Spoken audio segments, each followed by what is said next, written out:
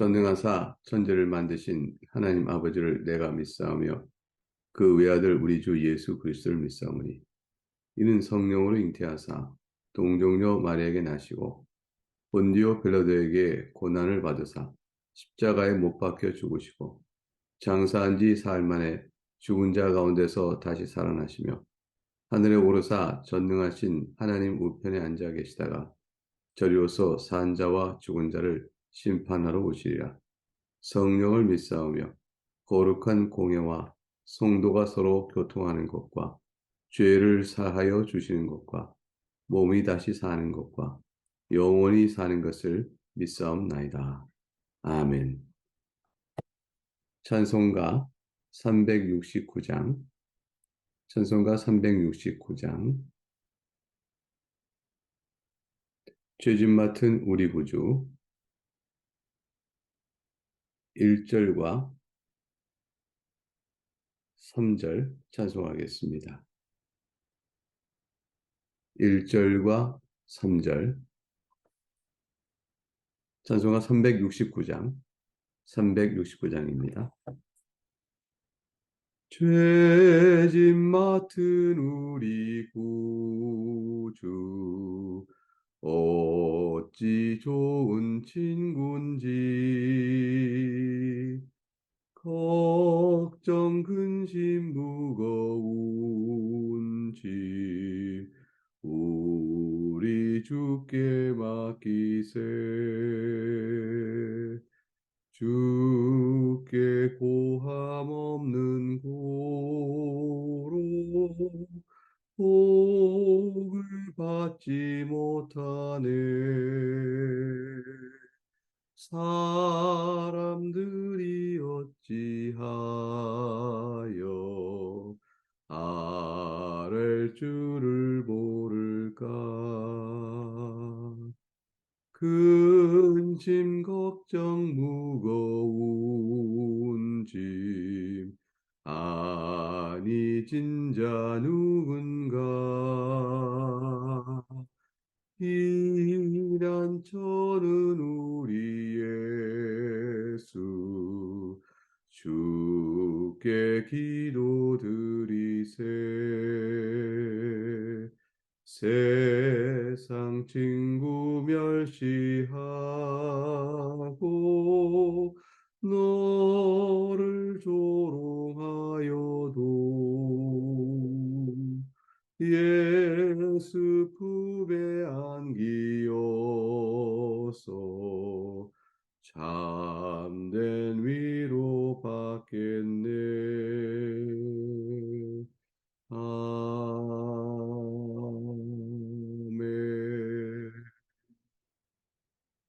오늘 우리가 함께 살펴볼 복된 하나님의 말씀은 예레미야 15장, 예레미야 15장의 말씀입니다. 1절부터 9절까지 말씀. 하나님의 말씀은 내용을 살피면서 보도록 하겠습니다. 우리는 14장에서 예레미야의 중보 기도를 살펴보았죠.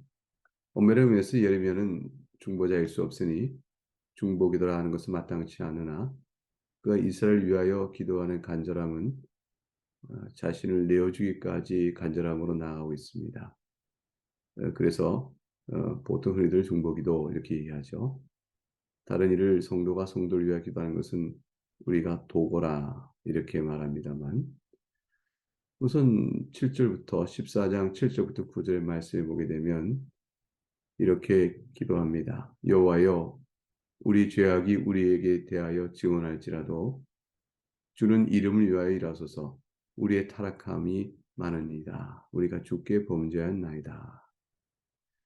결국은 유다를 위하여 중보기도 하는 예레미야의 기도는 우리의 타락함이 많고 우리가 주께 범죄하였나이다. 이렇게 자신과 이스라엘을 동일시하여 자신이 범죄한 자들과 함께 무리지어 주 앞에 엎드리고 회개하는 것은 언약 관계에서 회개하는 것이기 때문에 그렇습니다. 회개는 하나님과 우리 사이에 약속하신 은혜의 언약에 따라 비로소 기도가 가능한 것이죠. 그래야만 소망을 붙들고 주 앞에 나아갈 수가 있습니다. 우리가 주께 범죄했나이다.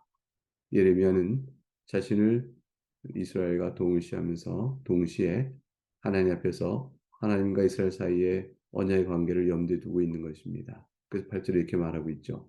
이스라엘 소망이시여 고난당한 자의 때의 구원자시여 어찌하여 이 땅에서 거류하는 자와 같이 하룻밤을 유숙하는 나그네 같이 하시나이까. 어떻게 다음날 바로 떠나버릴 나그네처럼 자신이 유숙한 곳에 아무런 애착을 두지 않고 휙 떠나버리는 그런 나그네처럼 우리를 어떤 사랑도 보이지 않고 남대하듯이 하시는 것입니까? 이 언약적 사랑에 대한 간절한 호소입니다. 나그네란 자신이 머무는 곳에 대하여 사랑과 애정을 두지 않습니다. 그러므로 떠날 때 쉽게 떠나버리는 것이죠. 자신의 필요와 또 목적과 바라는 것을 따라서 그냥 떠나는 것이 나그네입니다. 그러나 예레미야는 그렇게 떠나지를 않습니다. 예레미야는 고난당하고 죄 중에 있는 이스라엘을 결국 버리지 않고 떠나지 않고 우리다라고 말하므로 이스라엘 향한 강한 애착과 사랑을 표현합니다. 그 표현 속에서 하나님도 또한 어찌하여 우리와 언약적 사랑 가운데 있는데 나그네처럼 하시겠습니까? 라고 말씀하는 것이죠. 사랑하는 여러분, 하나님께서는 여러분을 대하실 때 나그네처럼 대하지 않으십니다. 우리는 인생을 잠시 있다 머물다가 주의 나라에 가므로 이 땅에 지나친 집착과 애착을 두고 사는 인생이 아닙니다. 라는 뜻에서 우리가 나그네 교회라 이름을 갖고 주의 나라를 참된 나의 본향이요 주와 함께 더불어 사는 주님을 사랑하는 마음을 표현하고 있지만 그 주님을 향한 사랑의 마음은 이 땅에 있는 교회를 향한 사랑의 마음과 같은 것입니다. 그런데 여기서 주님께서 우리를 나그네처럼 대하신다 하면 우리는 소망이 없습니다. 그러나 하나님께서는 우리를 그렇게 나그네처럼 대하지 아니하시죠. 주님은 결코 우리 가운데 영원히 너희와 함께하리라. 내가 너희를 떠나지 아니하리라. 이렇게 말씀하셨으므로 그 말씀하신 바에 의해서 주님은 우리에게 있어서 나그네인 양 대하시고 우리가 주님의 마음에 합당치 못하고 죄 중에 있다 하여 버리지 아니하시는 겁니다. 우리를 끝까지 사랑하시는 것이죠. 그리하여 돌이켜 주 앞에 나오기를 바라시고 징계와 권징의 손길을 내리셔라도 우리를 돌이키시고 또한 사랑과 칭찬으로 우리 신앙을 격려하십니다. 여러분이 지금까지 사신 동안에 얼마나 많은 하나님의 손길을 누리며 살아오셨습니까? 양심의 각체, 또 말씀을 통한 자신의 비춤을 통한 괴로움, 이런 거 다 하나님께 손길이요 사랑이죠.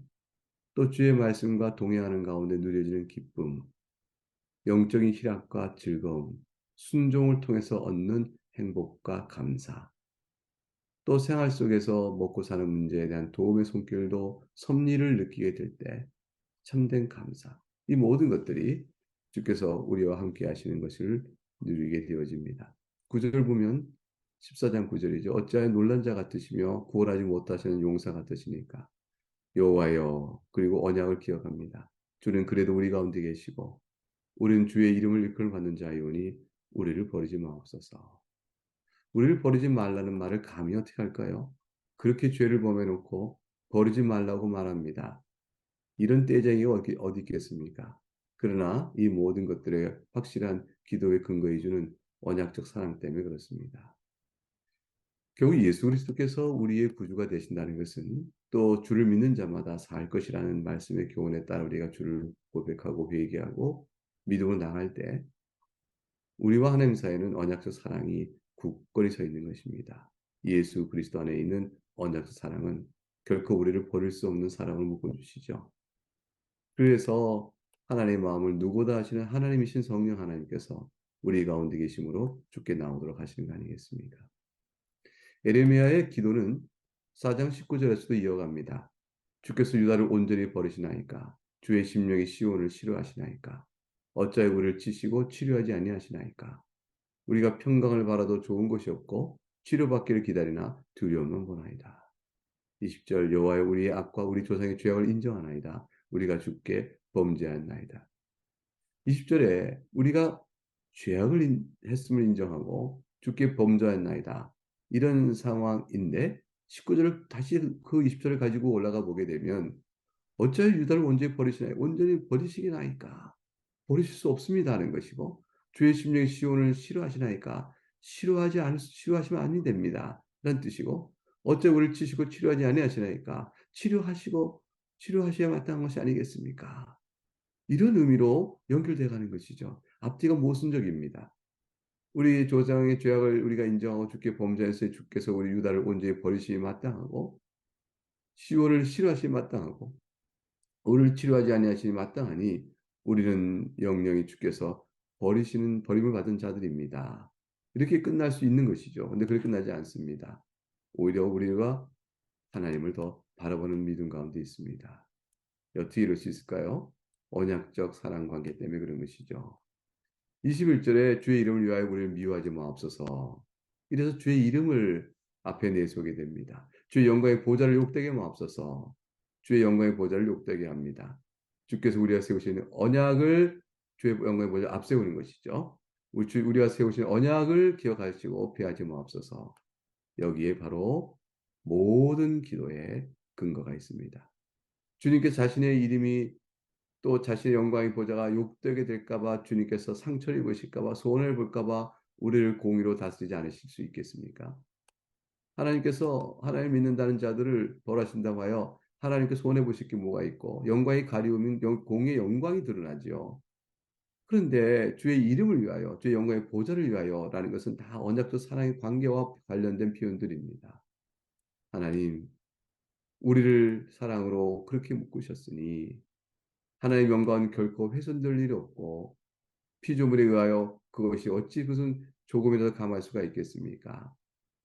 그러나 교회가 불순종하여 하나님의 영광을 훼손하게 되면 교회가 징계를 받고 그로 인해서 징계받는 교회 때 하나님의 영광이 진정한 의미에서 훼손되지 않겠지만 주님께서 우리를 사랑하여 부르신 그 언약적 사랑 관계에 의해서 감히 주 앞에 기도하옵나니 하나님 주님께서 우리를 베푸신 그 사랑의 약속 그것을 위해서 그걸 통해 받으실 합당한 하나님의 영광을 위하여 우리를 불쌍히 여기시고 다시 붙들어 주옵소서. 우리가 주님 외에는 의지할 자가 없으니 22절에 이방의 우상 가운데 능히 비를 내리게 할 자가 없고 하늘에 능히 소나기를 내릴 자가 누가 있겠습니까? 주님은 그러한 자이시오니 창조주의 권능으로 우리가 앙망하오니 우리를 구속하시고 이끄셨사오니 우리를 죄 중에 다시 회복하실 분은 오직 창조주 하나님이십니다. 라고 고백하게 되어 있습니다. 이와 같은 간절한 기도를 하나님이 들으셨을까요? 예레미야의 이와 같은 기도 속에 담겨있는 하나님과의 언약적 사랑에 처한 이 기도는 얼마나 심오한 신학과 또 믿음의 기초에서 올리는 기도이겠습니까? 하나님이 과연 이 기도를 외면하실까? 근데 오늘 본문에 보면 1절과 2절을 보면 너무 충격적입니다. 우리가 어떻게 할 바가 없습니다. 길을 못 찾습니다. 1절을 보세요. 여호와께 내게 이르시되 모세와 사무엘이 내 앞에 있다 할지라도 섰다 할지라도 내 마음 이 백성을 향할 수 없나니 그들을 내 앞에 쫓아내버리라. 하나님 말씀입니다. 모세와 사무엘 시편 99편 5절과 6절에 여호와 우리 하나님을 높여 그의 발등상 앞에 경배할지어다 그는 거룩하시도다. 99편 6절 보세요. 그의 제사장들 중에는 모세와 아론이 있고 그의 이름을 부르는 자들 중에는 사무엘이 있도다. 그들이 여호와께 간구하며 응답하셨도다. 모세와 아론을 얘기하고 사무엘을 언급합니다. 모세가 기도했죠. 금송아지를 만든 이 백성 때문에 큰 죄를 범하였으니 주여 그러나 이제 그들의 죄를 사하시옵소서. 그렇지 아니하시면 원컨대 주께서 기록하신 책에서 내 이름을 지워버려 주옵소서. 출애굽기 32장 32절의 유명한 모세의 기도입니다. 사무엘은 나는 너희를 위하여 기도하기를 쉬는 죄를 결코 여호와 앞에서 범하지 아니하겠다. 사무엘입니다. 사무엘상 12장 24절의 말씀이죠. 이와 같이 이스라엘을 위해서 하나님의 백성을 위해 기도했던 모세와 사무엘, 그들이 주 앞에서 나와 기도하더라도 내가 그들을 듣지 않을 테니, 이와 같은 절망에 하나님의 단호한 단죄가 정죄가 있습니다. 어떻게 하면 좋을까요?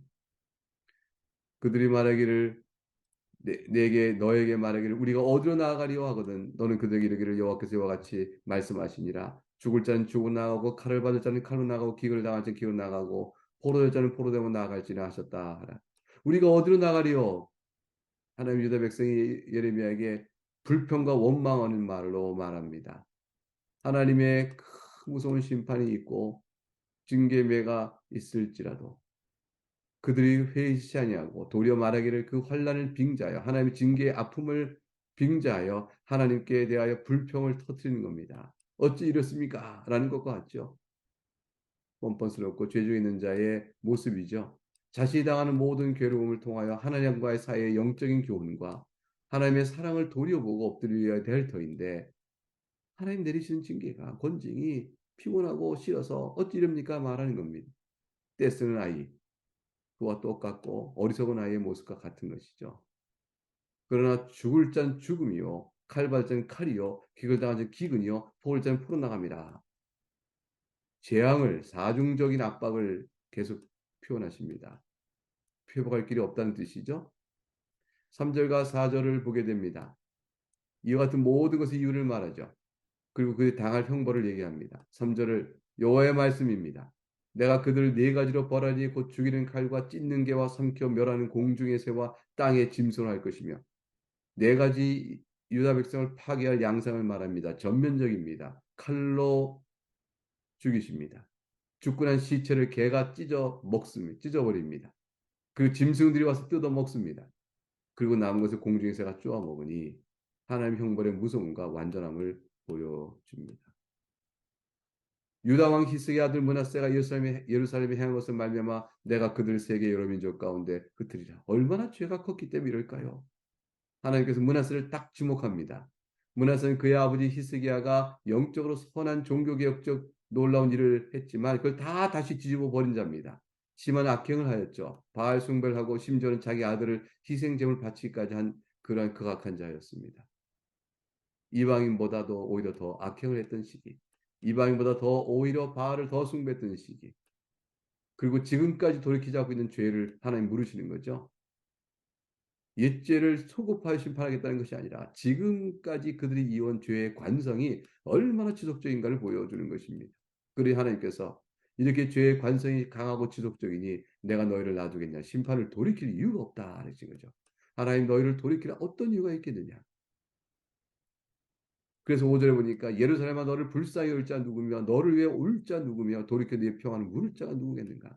네가 나를 버렸고 나에게서 물러갔으므로 너에게로 내 손을 펴서 너를 멸하였노니 이는 내가 뜻을 돌이키게 지쳤음이로다. 하나님께서 심판의 정죄의 뜻을 돌이키게 지쳤다. 하나님께서 그렇게 돌이키셔서 지쳐서 내가 너를 멸한다 하시면 그 멸하는 너를 불쌍히 여길 자, 울 자, 평안 물을 자가 누구냐? 왜 그럴까요? 하나님의 형벌을, 증거를 막을 자가 없기 때문이다 하면서 동시에 하나의 증거는 너무나도 공의롭기 때문입니다. 따라서 죄값대로 이루시는 하나님의 엄중한 공의의 심판에 대해서 그걸 보면서 아이고 너가 참 불쌍하구나 말할 자 아무도 없는 거죠. 죄값을 받았다라는 것이죠. 이방 백성이 이스라엘 백성이 아예 오히려 고개를 돌리며 흔들며 말하죠. 저들이 저질의 하나님을 버렸으므로 저들이 저렇게 된 것이라. 7절에 내가 그들의 그 땅 여러 성문에서 키로 까불러 그 자식을 끊어서 내 백성 멸하였나니 이는 그들이 자기들의 길에서 돌이키지 아니었습니다. 자식을 끊어버리니 죽음의 시체가 가득 찰 것을 말합니다. 그러니 8절과 9절에 여인의 관점에서 바로 이런 당한 재앙을 설명하고 있죠. 그들의 과부가 내 앞에 바닷모래보다 더 많아졌느니라. 다 남편들은 나가 전쟁에 죽습니다. 심판받아 다 죽습니다. 과부가 모래보다 많아졌다. 내가 대낮에 파멸시킬 그들에게 데려다가 그들과 청년들의 어미를 쳐서 놀람과 두려움을 그들의 갑자기 닥치게 하였으며 9절에 일곱을 낳은 여인에게는 쇠약하여 기절하게 하며 아직도 대낮에 그의 해가 떨어져서 그에게 수치와 근심을 당하게 하였느니라. 그 남은 자는 그들의 대적의 칼에 붙이리라. 여호와의 말씀입니다. 아직도 밝은 대낮인데 어둠이 찾아옵니다. 준엄한 심판이 있게 된 겁니다. 캄캄한 밤처럼 혼절하게 되는 것이죠. 일곱 아들을 다 잃어버렸어요. 그 여인이 백주의 해가 떨어진 듯 기가 막혀 죽을 지게 되어 혼절케 되어집니다. 하나님께서 어떠한 사정을 보지 않으시고 형벌을 내리십니다. 그 형벌에는 도무지 어떤 긍휼과 자비로움이 없습니다. 하나님께 그렇게까지 엄히 말씀하시는 것이죠. 왜 그러실까요? 돌이키라는 겁니다. 사랑하는 교회 여러분, 죄를 다 범할 수 있습니다. 우리가 다 연약합니다. 우리가 하는 생각과 말과 행동에는 스스로는 옳다 하나 사실은 하나님 보실 때는 옳지 않은 것이 얼마나 많겠습니까?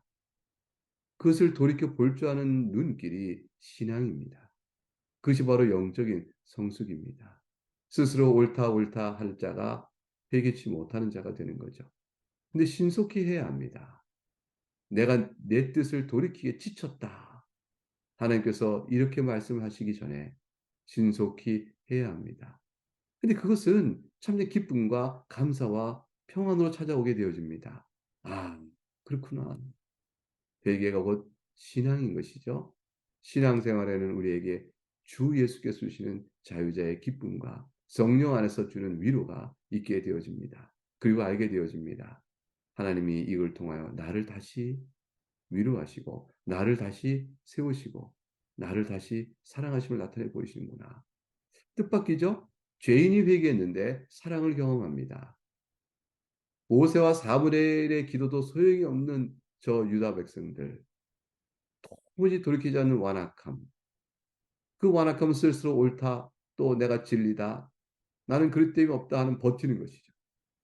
그런 것이 혹시 우리에게 작동하지 않는지를 살펴봐야 합니다. 우리는 이러한 실수를 합니다. 누구나 다 완악하죠. 우리가 완악하지 않은 자가 어디 있습니까? 그러나 오늘의 말씀은 우리를 다시 부드럽게 합니다. 우리 마음을 주 앞에서 부드럽게 하고 주께서 명하신 교훈을 받는 것이죠. 이 모든 일을 거부하면 완악하며 이 말씀 앞에 하나님 옳습니다. 주 예수 안에 베푸신 사랑에 감사합니다.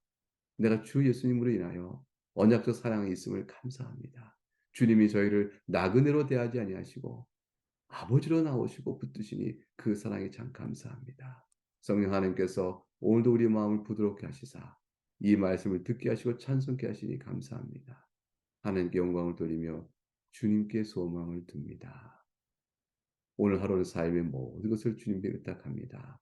그 기도함으로 우리가 주 앞에서 언약 백성으로 또 살아가는 것입니다. 사랑하는 교회 여러분, 이 말씀은 굉장히 무서운 말씀입니다. 그러나 이 말씀이 주 예수 안에 있는 우리에게 성령의 이끄심으로 오늘 나오고 있는 우리에게는 이 심판은 관계가 없습니다. 왜냐하면 여러분은 주께로 마음을 돌리키신 자이기 때문이죠. 찬송하면서 오늘 하루도 복되게 사시기를 주의 이름으로 축복합니다. 기도하겠습니다. 하나님 아버지 감사합니다. 이 말씀으로 우리가 하나님의 주신 경계의 말씀을 마음에 받아 우리 자신 가운데 참으로 완악함이 있지 않은가 돌아봅니다. 온전한 자가 없는데 스스로 옳다하며 주의 말씀을 받지 못하는 어리석은 자가 아니고 주의 교훈을 살펴 자신을 내어놓고 하나님의 도우심 앞에 감사하고 그러한 자를 불쌍히 여기시고 도리어 그리스도 안에서 품으시는 하나님의 사랑의 찬송을 올리며 성령 안에 있는 기쁨을 누리게 됩니다. 하나님 감사합니다. 오늘 이 말씀 앞에서 오늘도 힘이 입어 주의 사랑 가운데 거하는 우리 사랑하는 나그네 교회 교우 모두가 되도록 복 주시길 바라옵고 주 예수 그리스도 이름으로 감사하며 기도합나이다. 아멘. 주님 같이 있는 기도를 함께 올리겠습니다. 하늘에 계신 우리 아버지, 이름이 거룩히 여김을 받으시오며 나라가 임하시오며 뜻이 하늘에서 이루어진 것 같이 땅에서도 이루어지이다. 오늘 우리에게 일용할 양식을 주시옵고 우리가 우리에게 죄진 자를 사하여 준 것 같이 우리의 죄를 사하여 주시옵고 우리를 시험에 들게 하지 마시옵고 다만 악에서 구하시옵소서. 나라와 권세와 영광이 아버지께 영원히 싸움나이다. 아멘.